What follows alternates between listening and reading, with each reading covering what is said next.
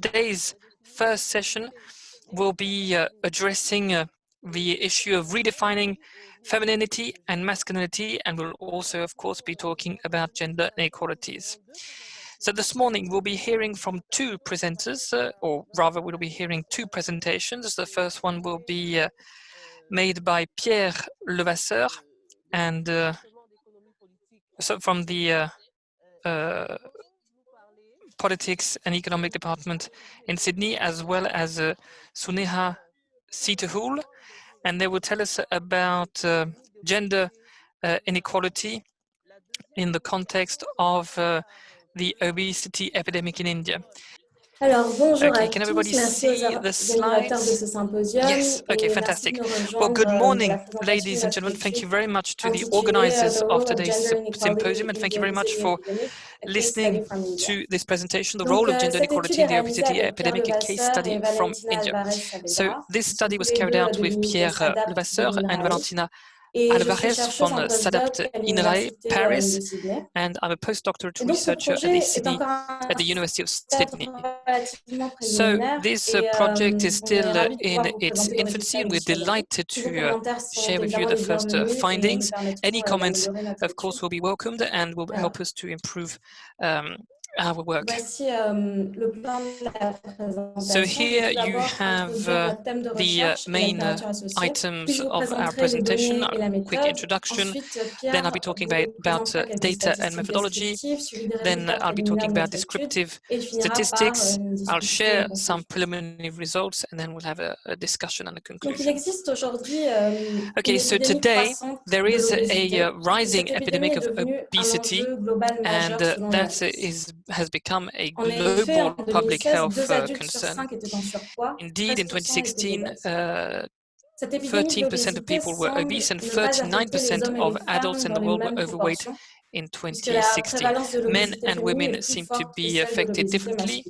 masculine. Il y a dans le monde 3 femmes Women obèses pour chaque 2 hommes obèses.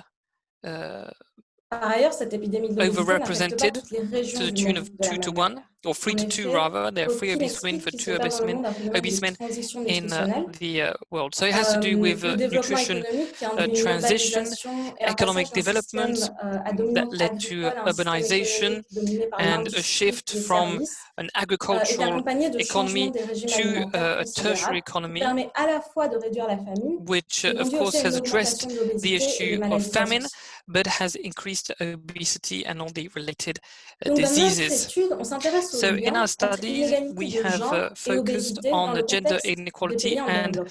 obesity Il in existe déjà des developing études qui countries. montrent le lien Some entre studies la already pauvreté et show the link l'obésité, between notamment en poverty s'intéressant au and gradient social de obesity, l'obésité.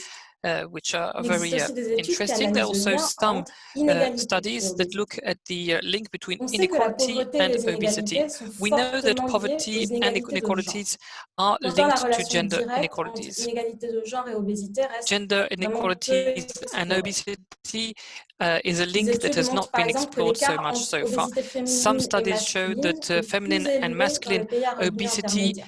is more On prevalent sait aussi in aujourd'hui qu'au middle niveau income global, countries. il y a une We also know that at a association global level, entre there inégalité is de genre an et association, les a link between différences entre obésité gender féminine et inequality masculine. and sex differences in Wells et obesity ses rates. co-auteurs montrent notamment qu'il y a une corrélation Wells positive and entre l'index co-authors say that there d'inégalité de is genre et l'excès a d'obésité correlation féminine between gender dans le monde. inequality index and Donc, dans notre étude, on va s'intéresser feminine précisément au cas de obesity. l'Inde. So in Donc, our l'Inde study, est un we've pays à decided to revenus focus on intermédiaires bas, India. It's où la a middle prévalence du surpoids et de income l'obésité country, augmente de manière inquiétante, comme on peut le or voir lower sur middle ce income graphique. country with an alarming increase of overweight L'Inde est un cas and intéressant parce que, tout obesity. d'abord, comme le montre India is an Meenakshi, il y a en Inde interesting un case triple fardeau because de la maladie. it's a country On that's a en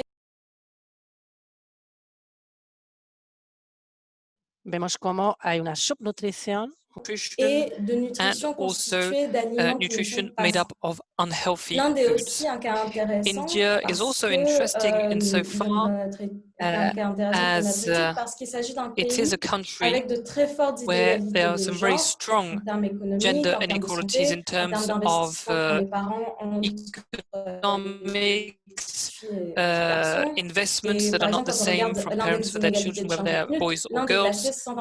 And India, in the UNDP gender inequality ranking, is 129th out of 190 odd countries. So the question that we raise is the following: how do gender inequalities affect women's body mass index in India?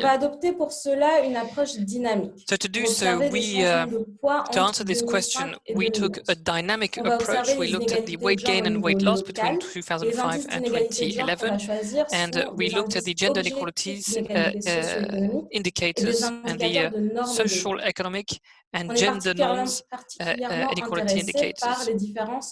And we are going to focus also on the rural and urban areas and see if there's a difference between these two spaces. So there are some hypotheses. First of all, there's an increase in female empowerment, which means that they can increase their food intake, which can solve undernutrition, but also lead to overweight and obesity. And if there's more money in the household, there's more food for everyone, including women. There's also the fact that women move around more than men, so they need to have more food intake. And there's also less stress when it comes to body image for women in India. So that's a few reasons why women may be disproportionately affected by overweight and obesity. So we started working on the India Human Development Survey database, which is the only one that we had at our disposal. It's a panel data set with very interesting data for gender inequality studies. Our final sample was made up of 21,665 non-pregnant adult women aged between 18 and 65 years of age. And we used the primary sampling unit, which is the smallest possible scale after the state and district. So here are the variables that we've looked at. We looked at the changes in body weight between 2005 and 2011 by looking at the BMI, the body mass index, so weight divided by height squared. And the gender equality measured are measured at the local level in 2005, so with the primary sampling unit, or the PSU. This allows us to have an objective measure of gender inequality. And we also had objective measures of gender inequality with gender wage gap and gender literacy gap. And then we looked at other indicators related to gender norms, for example, the permission to leave the household to visit a health center. So the fact that you have to ask permission or not to go and seek treatment, permission to leave the household to visit a friend, to do some shopping, and finally, wearing a veil or not, which is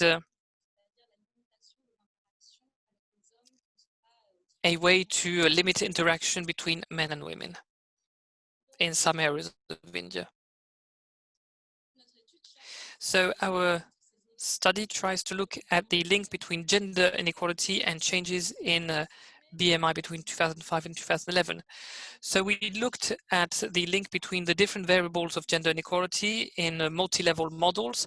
These multi-level models allow us to take into account the problem as in its globality.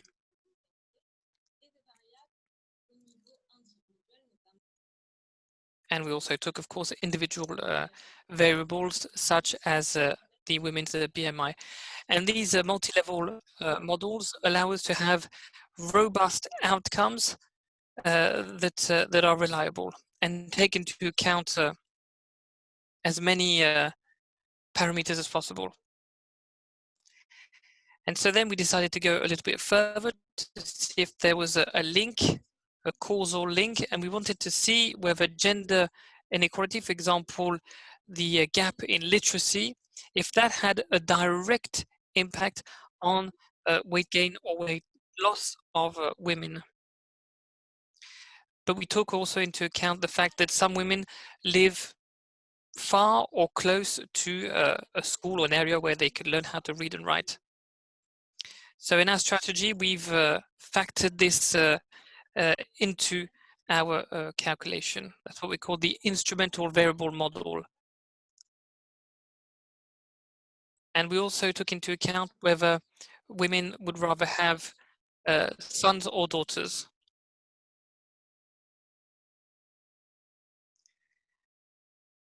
So that's how we proceeded. The control variables are up here on the screen. So the BMI in 2005, caste, religion, the level of wealth of the household, whether that household is in an urban or rural area. Now I'm going to hand it over to Pierre so that he can continue with the presentation. Thank you very much. Can you hear me? Is the sound good enough on your end? Yes, yes it is. Okay, well look, I'm going to put my presentation up on the screen. And it should come up on your screen. I'm going to start off by talking about descriptive statistics. Sorry. As you can see here, nutrition in India is very different depending whether you're looking at rural or urban areas. For example, there's a lot of overweight and obesity related issues in urban areas. 35% of people are overweight or obese. And it's not the case in rural areas where it stands at about 15%. But there are issues with undernutrition in India. There are 25% of people who are underweight in rural areas and 11% in urban areas. So it's quite a persistent issue. Now, when you take a look at the evolution of BMI indexes, you can see the breakdown between men and women, and you can see that the increase is more significant in urban areas as opposed to rural areas. So there's a significant difference between men and women in urban areas, but not in rural areas. And when you look at the evolution of women's BMI between 2005 and 2011, you can see that the increase was sharper in urban areas than in rural areas, 2 kilos per square meter, whereas it was only 1 kilogram per square meter in rural areas. For gender indicators, we've got very different results depending on the indicators that you look at. We can see, for instance, for the wage gap indicator between men and women in 2011, it was higher in urban areas. So men essentially are receive an income that is twice as high as women, whereas the figures are slightly different for rural areas. And when you look at the literacy gap between men and women, you can see that it's higher in rural areas, a 21 percentage point difference in rural areas. So a much higher rate of literacy among men, whereas it's only 10 percentage points in urban areas. So these gaps between rural and urban areas is not so surprising because women in rural areas have great difficulty to access education. Finally, regarding the gender norm indicators, we can't tell that there are any big differences between rural and urban areas.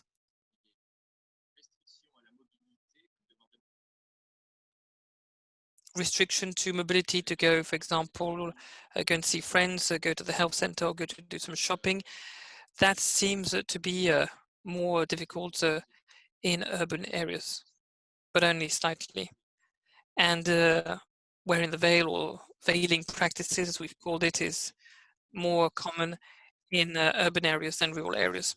So if we were to draw a line between gender wage gap and the BMI gap between 2005 and 11, we come up with this graph, or these graphs that are quite interesting.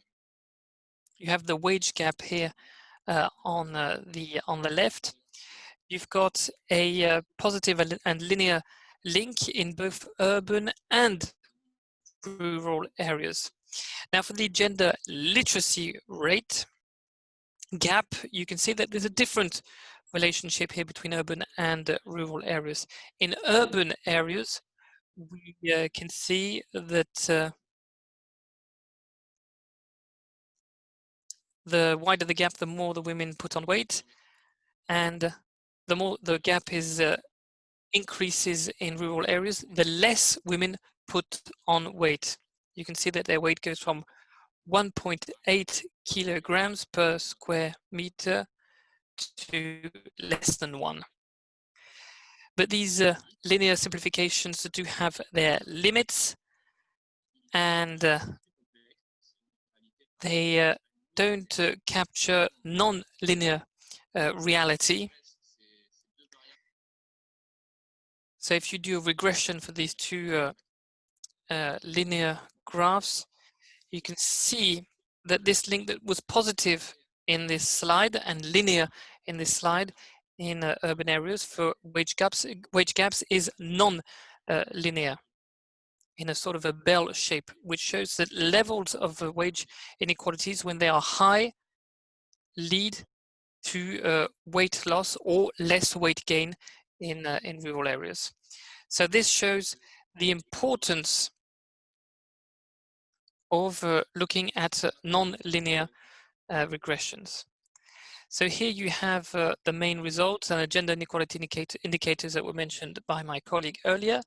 You can see the different columns. First of all, the sample with all the women, second column, urban women, and third, rural women. Now for each sample, we did the regression as I've just explained. So we took into account caste, age, etc., etc. And we also did some regression looking at characteristics and converse causality by looking at, for example, whether women would rather have a son or a daughter. For each indicator, we have a linear and quadratic relationship. So U-shaped or bell-shaped, as we saw in the previous slide. So I'm just going to talk about the results that have been circled here. And I'll just talk about the results that come from the instrumented models. In urban areas, as you can see, the greater the gap in terms of literacy between women and men, the more women tend to put on weight. Whereas in rural areas, it seems to be the opposite. The greater the literacy gap and the more it increases between men and women, the more women lose weight or don't put on as much weight. And you have the same finding in rural areas for the wage gap. The more increases in rural areas, the more women lose weight or the less weight they put on. Now, for urban areas, the wage gap indicator is slightly different. For example, you will have a U-shaped relationship, which suggests that for high levels of gender inequality in terms of wages in urban areas, there's a significant increase in weight gain for women.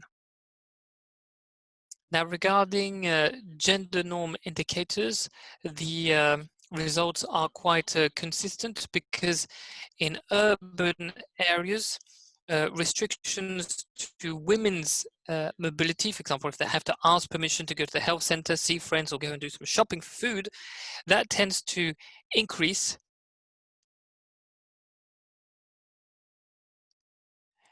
and veiling practices lead to a loss of weight in rural areas, or a smaller gain of weight on the period that we looked at.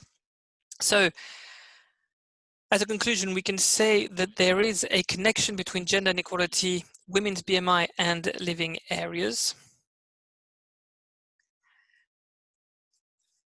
Local gender inequalities and restrictive gender norms, for example, mobility restrictions, are associated to female weight gain in urban areas, and quite significantly so. However, these indicators, that of gender inequality, so wage gap, literacy gap, and gender norms, restrictive gender norms, are negatively associated to female BMI in rural areas. So now I'm going to talk quickly about the underlying mechanisms.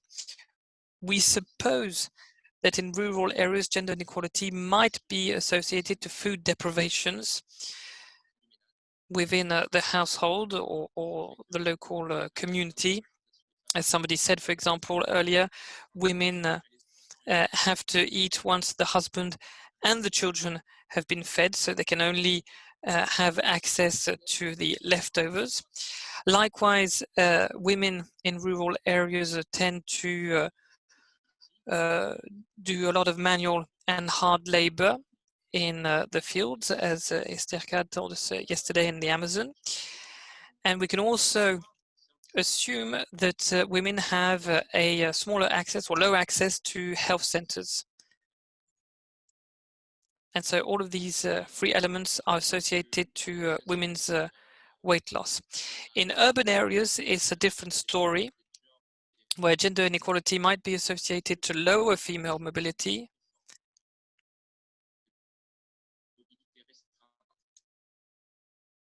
So we saw that with the gender norm indicators earlier, which means that women are more sedentary, they don't go out as much, they have fewer work-related opportunities because they are forced by society or their husbands to stay at home. And we can also assume that women are under more stress in urban areas than in rural areas, given the mismatch between their situation and what they see on television or in the media, and what they can see also of the Western world, where society is more equal or less unequal. And that can lead to lower self-confidence, lower self-esteem, which is then related to weight gain. So that leads us to recommending the deployment of a program to reduce gender inequalities, or measures to reduce gender inequalities in public health policy, especially in urban areas, because they seem to be the more affected. Similarly, we could also look at the current pandemic context, because we can imagine that the lockdown in India has had a negative impact on nutrition and on gender inequalities, especially within households. And to open up the end of this presentation, I'd just like to say that they are just our first findings. We are more than happy if you have suggestions, and we're currently looking at gender inequalities within households to see how they affect the weight that women either gain or lose.